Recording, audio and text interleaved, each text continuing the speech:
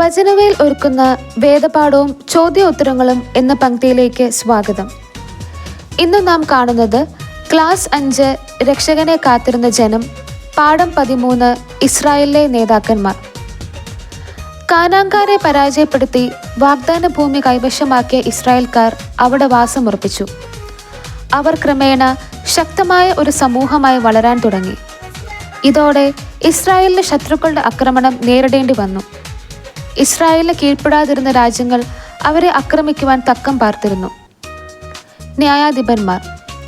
ശത്രുക്കളുടെ ആക്രമണത്തിൽ നിന്ന് രക്ഷ നേടുവാൻ ഇസ്രായേൽക്കാർ തയ്യാറായി നിൽക്കുക ആവശ്യമായി വന്നു.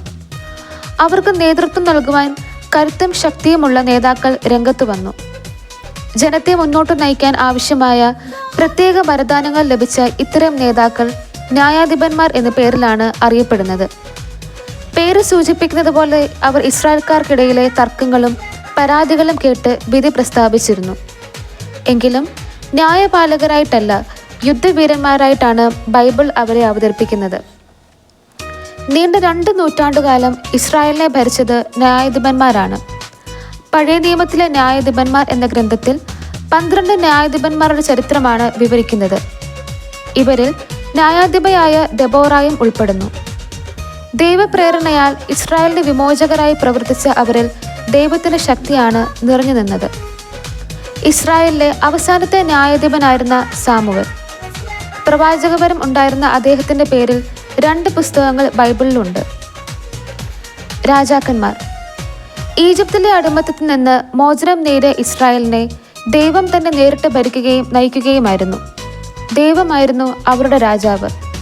സൈന്യാധിപനും ന്യായാധിപനും ദൈവം തന്നെയായിരുന്നു. ഇസ്രായേലിന് ദൈവം രാജ്യവും സുരക്ഷിതത്വവും നൽകി. എന്നാൽ സാമുവൽ പ്രവാചകന്റെ കാലത്ത് ഈ അവസ്ഥയ്ക്ക് മാറ്റം സംഭവിച്ചു. മറ്റു ജനതകളെ പോലെ തങ്ങൾക്കും ഒരു രാജാവിനെ ലഭിക്കണമെന്ന് അവർ ആഗ്രഹിച്ചു. അവർ ഈ കാര്യത്തിനായി സാമുവേലിന്റെ പക്കൽ മുറവിളി കൂട്ടി. ദൈവത്തിന്റെ ഇഷ്ടം എന്തെന്നറിയുവാൻ സാമുവേൽ പ്രാർത്ഥിച്ചു. കർത്താവ് സാമുവേലിന് അരുളി ചെയ്തു, അപ്പോൾ അവരുടെ ഇഷ്ടപ്രകാരം പ്രവർത്തിക്കുക. എന്നാൽ അവരെ ഭരിക്കാനിരിക്കുന്ന രാജാക്കന്മാരുടെ രീതി സൂക്ഷ്മമായി വിവരിച്ച് അവർക്ക് മുന്നറിയിപ്പ് കൊടുക്കുക. സാമുവേലിനെ ദൈവം വിളിക്കുന്ന സംഭവം സാമുവേലിന്റെ പുസ്തകം 1-ാം അധ്യായത്തിൽ വിവരിക്കുന്നുണ്ട്. സാവൂൾ ആദ്യത്തെ രാജാവ്. ആയിടെ സാവൂൾ എന്ന യുവാവ് സാമുവേലിന്റെ പക്കൽ എത്തിച്ചേർന്നു. തന്റെ പിതാവിന്റെ നഷ്ടപ്പെട്ട കഴുതകളെ തിരക്കി പുറപ്പെട്ടതായിരുന്നു അയാൾ. എന്നാൽ സാവൂളിനെ കുറിച്ച് ദൈവം സാമുവേലിന് നേരത്തെ അറിവ് നൽകിയിരുന്നു. സാവൂളിനെ സാമുവേൽ എന്ന അതിഥിയായി സ്വീകരിച്ചു. പിറ്റേന്ന് രാവിലെ അദ്ദേഹം സാവൂളിനെ അഭിഷേകം ചെയ്തു. സാമുവേൽ ഒരു പാത്രം ഒലിവെണ്ണ എടുത്ത് സാവൂളിന്റെ ശിരസിലൊഴിച്ചു. അവനെ ചുംബിച്ചിട്ട് പറഞ്ഞു, കർത്താവ് തന്റെ ജനത്തിന്റെ ഭരണാധികാരിയായി നിന്നെ അഭിഷേകിച്ചിരിക്കുന്നു. അവിടുത്തെ ജനത്തെ ഭരിക്കുകയും എല്ലാ ശത്രുക്കളിൽ നിന്നും അവരെ സംരക്ഷിക്കുകയും ചെയ്യണം. അഭിഷേകം ചെയ്യുക എന്നതിൻ്റെ അർത്ഥം ദൈവസേവനത്തിനായി സമർപ്പിക്കുക എന്നാണ്. സാവൂളിന്റെ രാജസ്ഥാനം ദൈവത്തെ സേവിക്കുന്നതിന് വേണ്ടിയായിരുന്നു. ധീരനായ രാജാവായിരുന്നു സാവൂൾ. എന്നാൽ ദൈവേഷ്ടം ധിക്കരിച്ച് ഭരണം നടത്തിയ സാവൂളിന് ദൈവത്തിന്റെ പ്രീതി നഷ്ടമായി. ദാവീദ് ശക്തനായ രാജാവ്. കർത്താവ് സാമുവേലിനോട് പറഞ്ഞു, ഇസ്രായേലിന്റെ രാജ്യത്തിൽ നിന്ന് സാവൂളിനെ ഞാൻ തള്ളിക്കളഞ്ഞിരിക്കുന്നു. കുഴലിൽ തൈലം നിറച്ച് പുറപ്പെടുക. ഞാൻ നിന്നെ ബത്ലഹേംകാരനായ ജസ്സയുടെ അടുത്തേക്ക് അയക്കും. അവന്റെ ഒരു മകനെ ഞാൻ രാജാവായി നിശ്ചയിച്ചിരിക്കുന്നു. കർത്താവ് കൽപ്പിച്ചതുപോലെ സാമുവേൽ പ്രവർത്തിച്ചു. ജസ്സയുടെ ഇളയ മകനായ ദാവീദിനെ സാമുവേൽ തൈലം കൊണ്ട് അഭിഷേകം ചെയ്തു. അന്നു മുതൽ കർത്താവിന്റെ ആത്മാവ് ദാവീദിന്റെ മേൽ ശക്തമായി ആവസിച്ചു. കിന്നര വായനയിൽ സമർത്ഥനായ ദാവീദിനെ സാവൂൾ കൊട്ടാരത്തിൽ വരുത്തി താമസിപ്പിച്ചു. ധീരനും വിവേകിയും സുന്ദരനുമായ ദാവീദിനെ രാജാവ് വളരെയധികം ഇഷ്ടപ്പെട്ടു. ആയിടെ ഫിലിസ്ത്യരുടെ ഇടയിലെ ഗോലിയാത്ത് എന്ന മല്ലൻ ഇസ്രായേൽക്കാരെ വെല്ലുവിളിച്ചു. ഗോലിയാത്തിനോട് എതിരിടാൻ ദാവീദ് തയ്യാറായി. ഒരു കവണിയും കല്ലും ഉപയോഗിച്ച് ദാവീദ് ഗോലിയാത്തിനെ എറിഞ്ഞു വീഴ്ത്തി. ഗോലിയാത്തിന്റെ വാളുകൊണ്ട് തന്നെ ദാവീദ് അയാളെ വധിച്ചു. സാവൂൾ ദാവീദിനെ സൈന്യാധിപനായി നിയമിച്ചു. ദാവീദ് ജനങ്ങൾക്ക് പ്രിയങ്കരനായി തീർന്നു.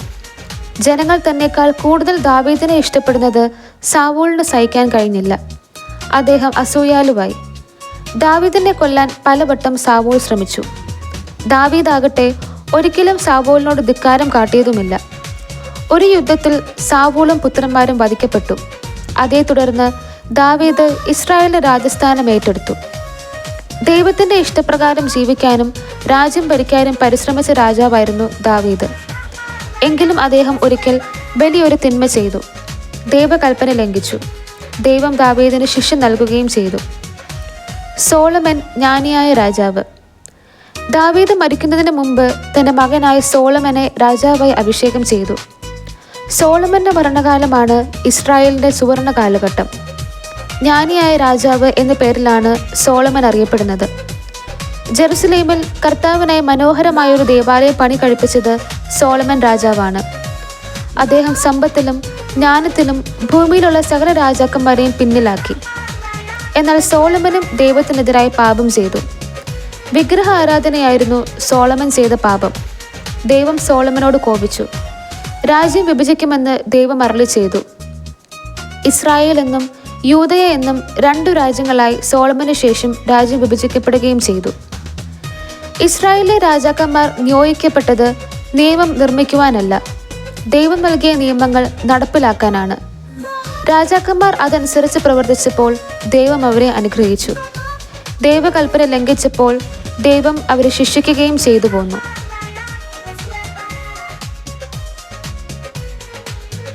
പുരോഹിതന്മാർ. ഇസ്രായേൽ സമൂഹത്തിൽ ആദ്യകാലങ്ങളിൽ പുരോഹിതന്മാർ ഉണ്ടായിരുന്നില്ല. പിന്നീട് സാക്ഷ്യകൂടാരവും വാഗ്ദാന പേടകവും നിർമ്മിച്ചപ്പോൾ അവയുടെ ശുശ്രൂഷകരും സംരക്ഷകരുമായി നിയമിക്കപ്പെട്ടവർ പുരോഹിതന്മാരായി അറിയപ്പെട്ടു. അഹരോനും മക്കൾക്കുമാണ് ഈ ചുമതല ലഭിച്ചത്. പുരോഹിതരായി അവരെ അഭിഷേകം ചെയ്യുന്നത് ലേവ്യരുടെ പുസ്തകത്തിൽ വിവരിച്ചിട്ടുണ്ട്. മോശ അഹരോനെയും പുത്രന്മാരെയും മുമ്പോട്ട് കൊണ്ടുവന്ന് അവരെ വെള്ളം കൊണ്ട് കഴുകി. അഹരോനെ കുപ്പായം അണിയിച്ച് അരപ്പട്ട കെട്ടി മേലങ്കി ധരിപ്പിച്ചു. ജനത്തിനു വേണ്ടി കർത്താവിന് ബലി അർപ്പിക്കുവാനും അവിടുത്തെ നാമത്തിൽ ജനത്തെ ആശീർവദിക്കുവാനുമാണ് പുരോഹിതന്മാർ നിയുക്തരായത്. കാലക്രമത്തിൽ ലേവി ഗോത്രത്തിന് പുരോഹിത സ്ഥാനം കൈവന്നു.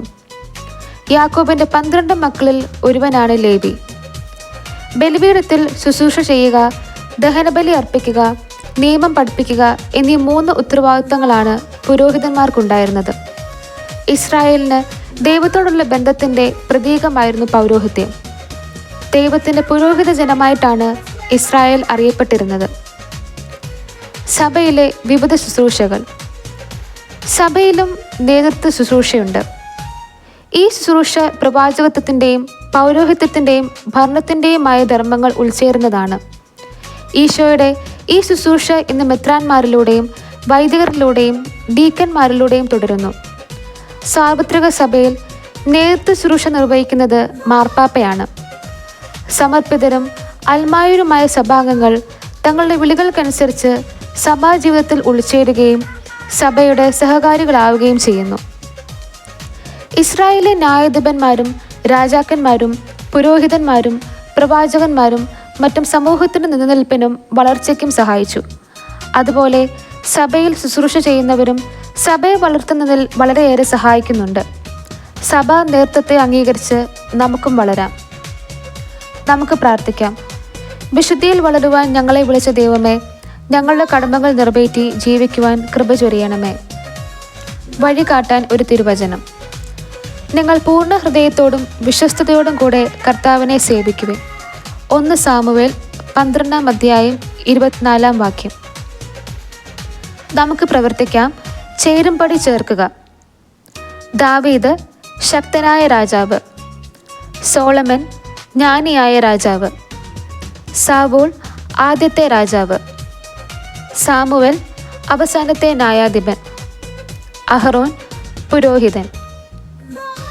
എൻ്റെ തീരുമാനം. എൻ്റെ കടമകൾ ശരിയായി ചെയ്തുകൊണ്ട് ഈശോയ്ക്ക് ഇഷ്ടപ്പെട്ടവളായി ഞാൻ ജീവിക്കും. ഉത്തരം കണ്ടെത്താം. ചോദ്യം: ന്യായാധിപന്മാർ എന്ന പേരിൽ അറിയപ്പെട്ടിരുന്നത് ആരാണ്? ഇസ്രായേൽക്കാർക്ക് നേതൃത്വം നൽകുവാൻ കരുത്തും ശക്തിയുമുള്ള നേതാക്കൾ രംഗത്ത് വന്നു. ജനത്തെ മുന്നോട്ട് നയിക്കാൻ ആവശ്യമായ പ്രത്യേക വരദാനങ്ങൾ ലഭിച്ച ഇത്തരം നേതാക്കൾ ന്യായാധിപന്മാർ എന്ന പേരിലാണ് അറിയപ്പെടുന്നത്. ചോദ്യം: അഭിഷേകം ചെയ്യുക എന്നതിൻ്റെ അർത്ഥം. അഭിഷേകം ചെയ്യുക എന്നതിൻ്റെ അർത്ഥം ദൈവസേവനത്തിനായി സമർപ്പിക്കുക എന്നാണ്. ചോദ്യം: പുരോഹിതന്മാർക്കുണ്ടായിരുന്ന ഉത്തരവാദിത്തങ്ങൾ ഏവ? ജനത്തിനു വേണ്ടി കർത്താവിന് ബലി അർപ്പിക്കുവാനും അവിടുത്തെ നാമത്തിൽ ജനത്തെ ആശീർവദിക്കുവാനുമാണ് പുരോഹിതന്മാർ നിയുക്തരായത്. ചോദ്യം: ഇസ്രായേലിലെ രാജാക്കന്മാർ നിയോഗിക്കപ്പെട്ടതെന്തിന്? ഈജിപ്തിലെ അടിമത്തിൽ നിന്ന് മോചനം നേടിയ ഇസ്രായേലിനെ ദൈവം തന്നെ നേരിട്ട് ഭരിക്കുകയും നയിക്കുകയുമായിരുന്നു. ദൈവമായിരുന്നു അവരുടെ രാജാവ്. സൈന്യാധിപനും ന്യായാധിപനും ദൈവം തന്നെയായിരുന്നു.